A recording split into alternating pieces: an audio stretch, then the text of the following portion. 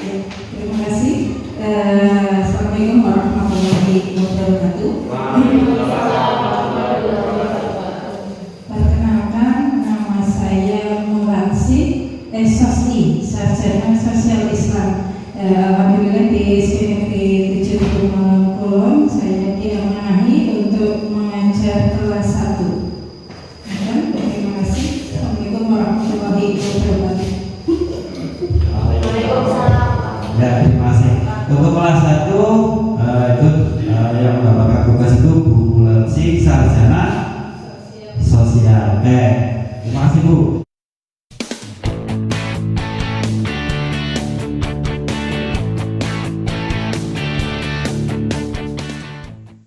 Ya, Bapak Ibu Guru SD Negeri 7 Gumelem Kulon yang saya hormati dan saya banggakan, saya akan melanjutkan pembahasan topik pertama, penguatan implementasi kurikulum Merdeka, kemudian subtopik ketiga, pembelajaran dan asesmen.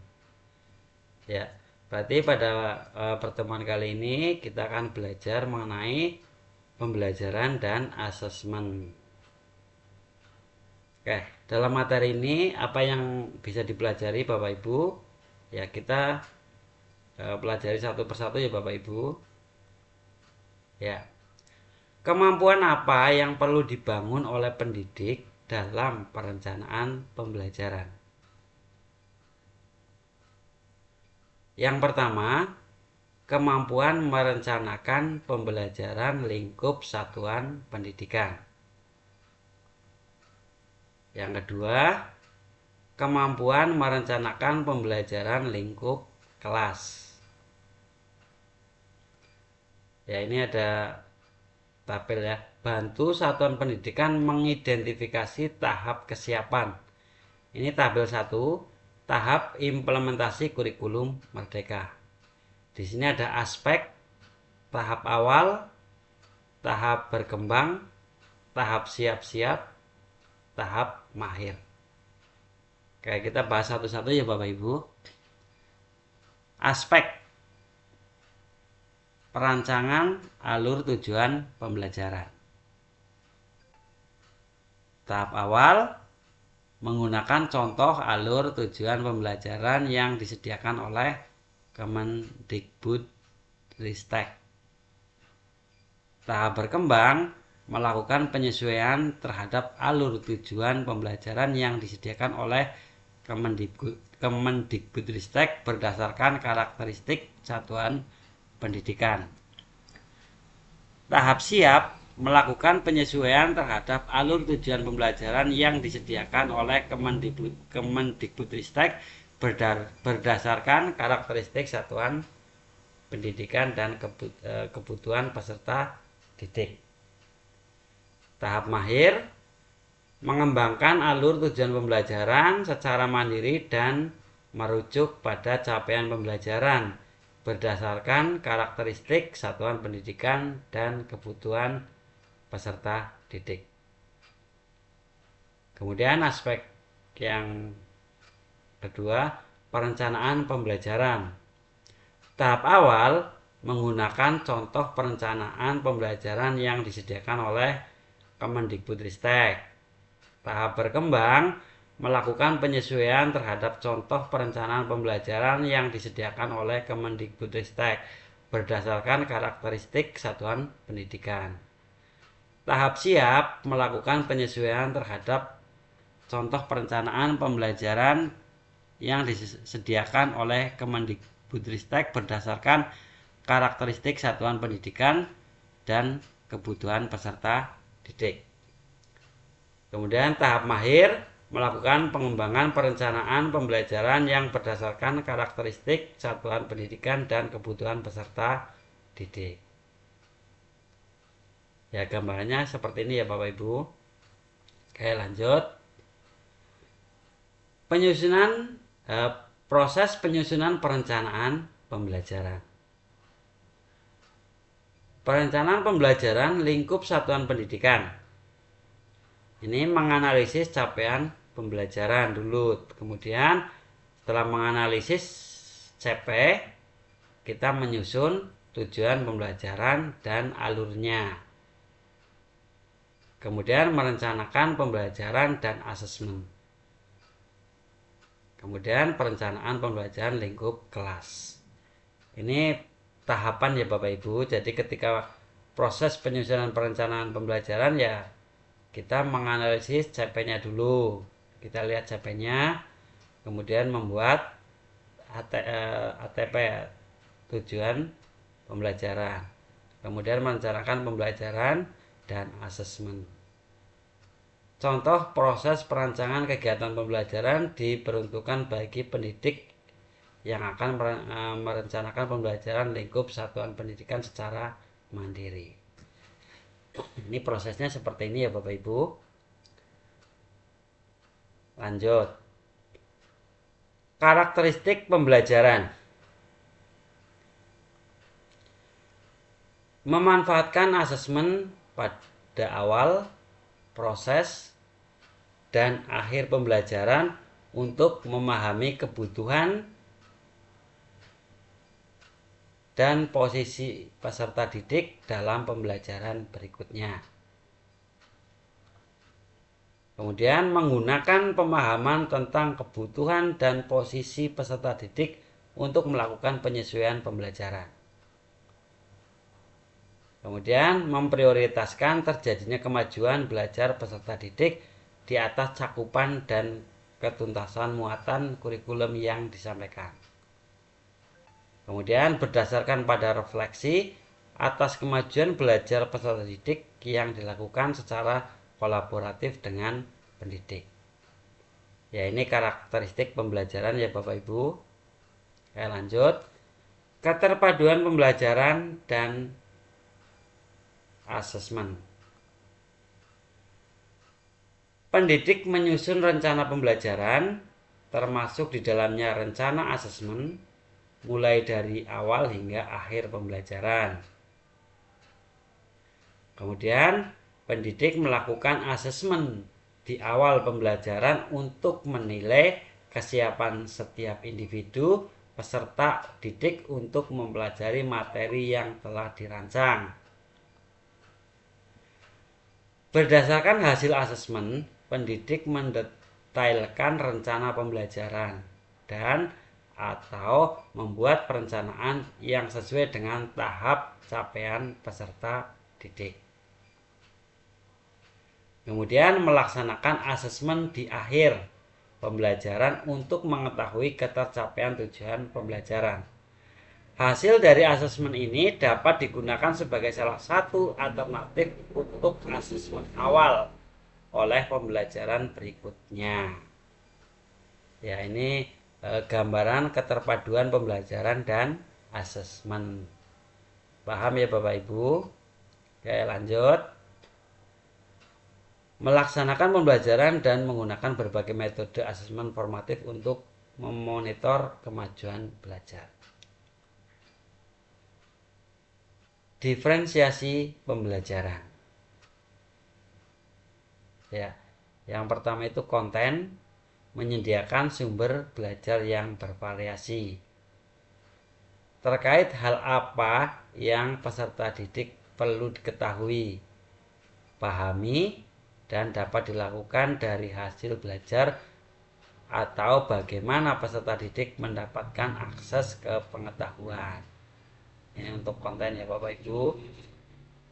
Kemudian untuk proses pembelajaran dan bentuk pendampingan dapat didiferensiasi sesuai dengan kesiapan peserta didik.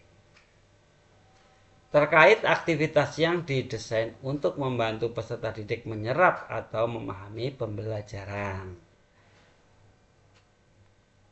Kemudian yang produk diferensiasi pembelajaran dapat dilakukan melalui produk yang dihasilkan.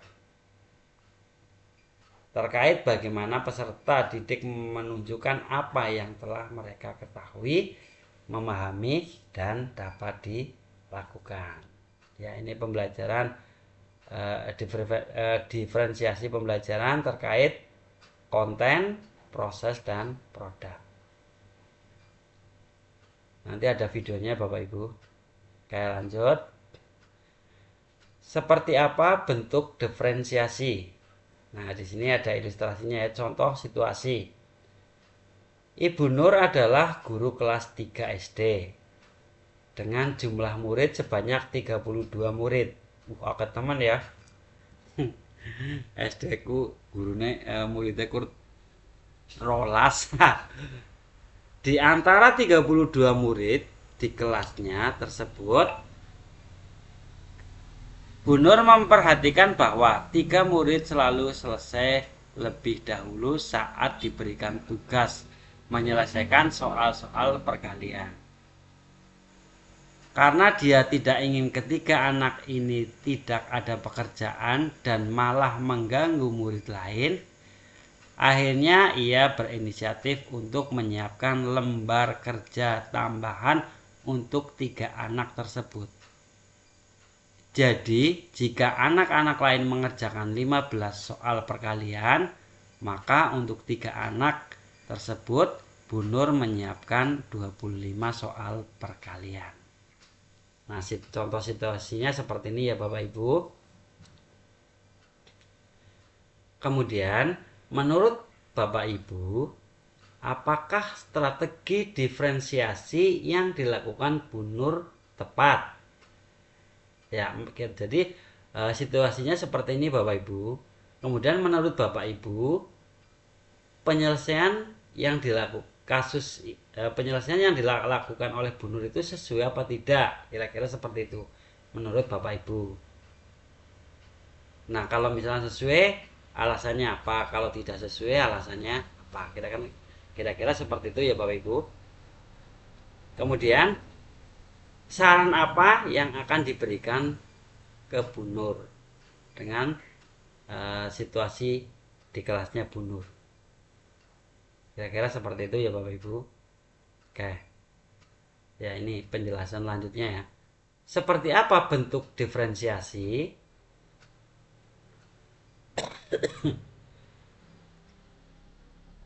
Pembelajaran terdiferensiasi haruslah berakar pada pemenuhan kebutuhan belajar peserta didik dan bagaimana pendidik merespon kebutuhan belajar tersebut. Dengan demikian, Ibu Nur perlu melakukan identifikasi kebutuhan belajar atau asesmen awal dengan lebih komprehensif agar dapat merespon dengan lebih tepat terhadap kebutuhan belajar peserta didik, termasuk ketiga murid tersebut. Situasi yang sekarang sudah diketahui adalah 3 peserta didik tersebut memiliki kemampuan di atas rata-rata dalam perkalian. Dari segi konten, Bu Nur dapat membedakan tantangan untuk 3 peserta didik tersebut. Misalnya dengan jumlah soal yang sama namun memilihkan contoh studi kasus yang tingkat kesulitannya lebih tinggi. Ini dari segi konten ya Bapak Ibu. Opsi lain, Bu Nur juga dapat membagi kelompok di mana 3 peserta didik tersebut menjadi tutor teman lain yang kesulitan mengerjakan. Bu Nur juga perlu memikirkan aktivitas lain selain memberikan soal perkalian. Misalnya membuat situasi di mana peserta didik menggunakan perkalian untuk memecahkan masalah yang dihadapi masalah di kehidupan sehari-hari. Nih, dari segi konten.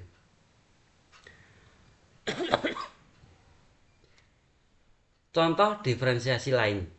Contoh diferensiasi lainnya Bapak Ibu. Ini terlalu banyak membahas ya Bapak Ibu. Jadi capek. Tapi semangat ya, karena ini tugas. Ya, Pak Dani merupakan guru kelas 3 SD yang akan mengadakan pembelajaran IPAS dengan tujuan pembelajaran peserta didik memahami keanekaragaman hayati. Pak Dhani melakukan asesmen awal dengan meminta peserta didik menyebutkan nama hewan dan tumbuhan yang pernah dilihat atau diketahui. Pak Dhani mencatat ada 5 anak yang kosakata hewan dan tumbuhnya sedikit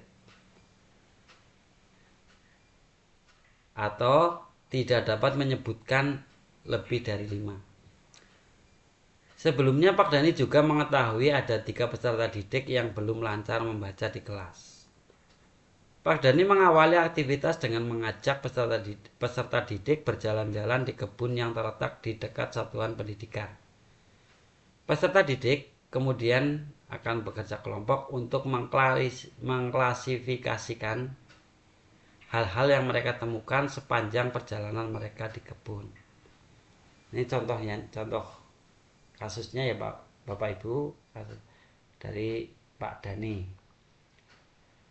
Kemudian peserta didik pertama akan mengklasifikasikan mana objek yang merupakan objek hidup atau tidak hidup.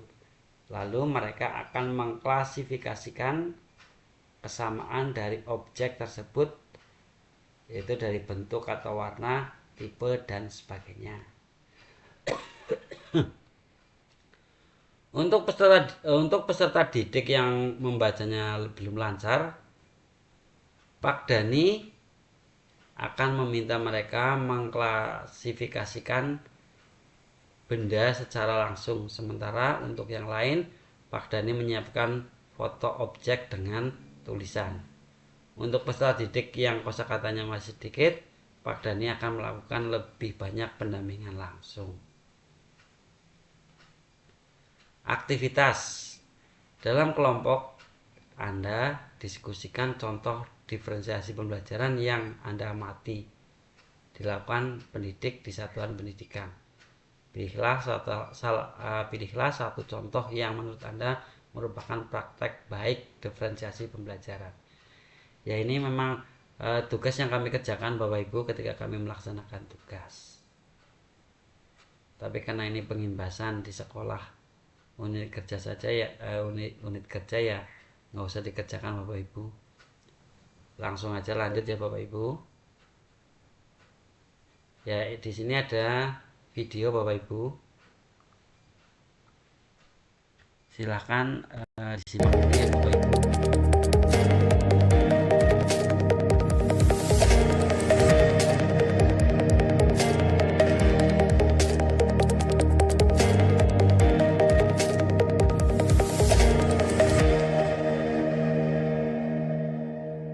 Kita bisa punya tujuan yang sama, tapi menggunakan cara yang berbeda-beda.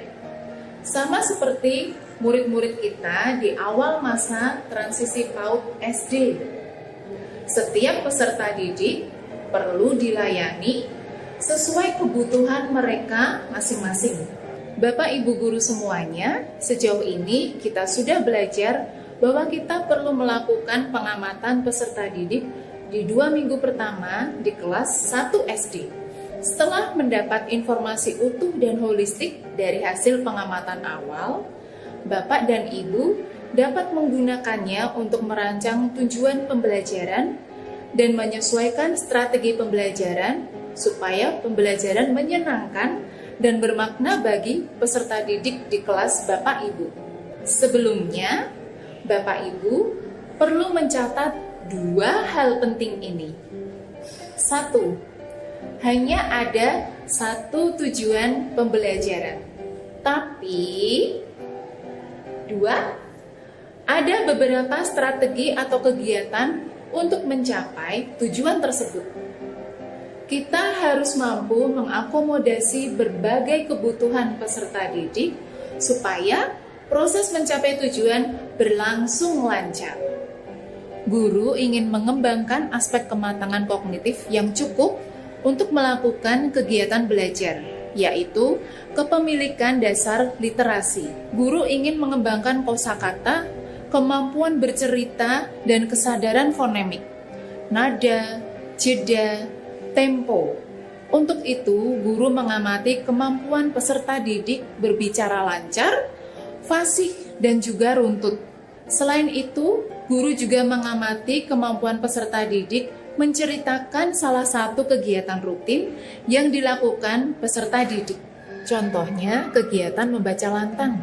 Di situ, guru memberikan kesempatan pada peserta didik untuk mendengarkan dan merespon cerita guru.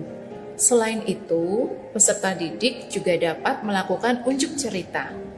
Setiap peserta didik bisa memilih benda-benda yang bermakna baginya yang ada di lingkungan sekitar.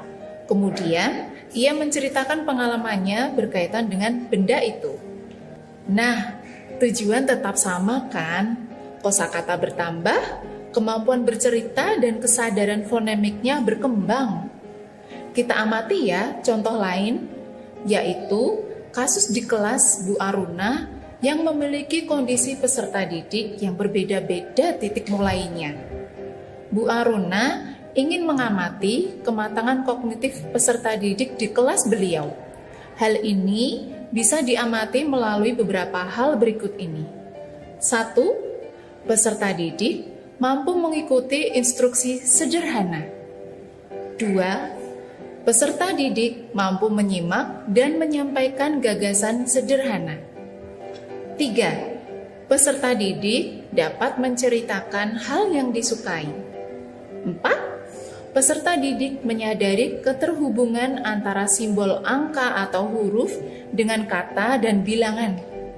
Ternyata, ke-28 peserta didik di kelas sudah bisa mengikuti instruksi sederhana.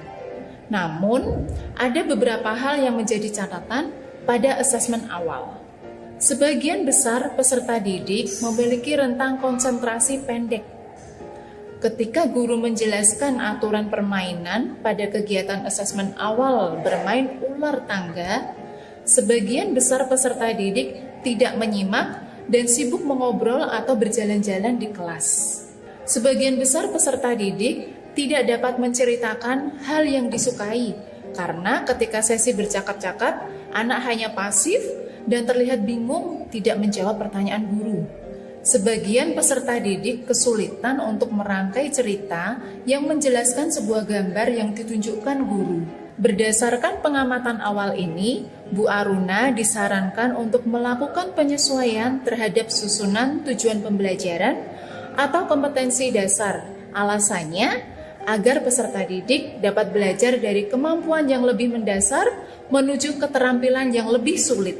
Data asesmen awal menunjukkan bahwa peserta didik belum mencapai kemampuan fondasi untuk kemampuan menyimak, kemampuan untuk mengungkapkan gagasan secara lisan, dan kemampuan pengenalan simbol angka dan huruf. Berdasarkan data tersebut, tujuan pembelajaran atau kompetensi dasar yang disusun oleh Bu Aruna yang semula hendak berfokus pada kemampuan menulis mengalami perubahan. Bu Aruna perlu menguatkan dulu kemampuan bahasa lisan peserta didik dalam menyimak dan mengungkapkan gagasan secara lisan, supaya nantinya peserta didik mampu mengungkapkan gagasan secara tertulis.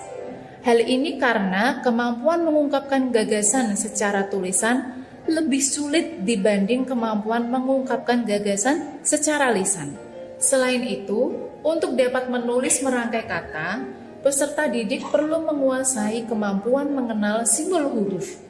Dengan demikian, susunan TP dan KD Bu Aruna diubah untuk berfokus pada pengembangan kemampuan bahasa lisan, keaksaraan, dan baru nantinya ke kemampuan tulis.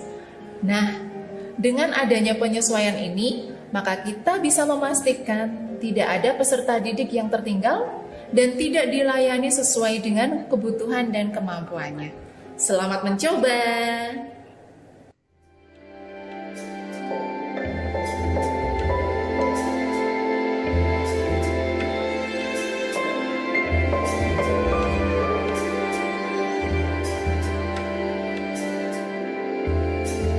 Semangat, aku bisa, kamu bisa, semua bisa.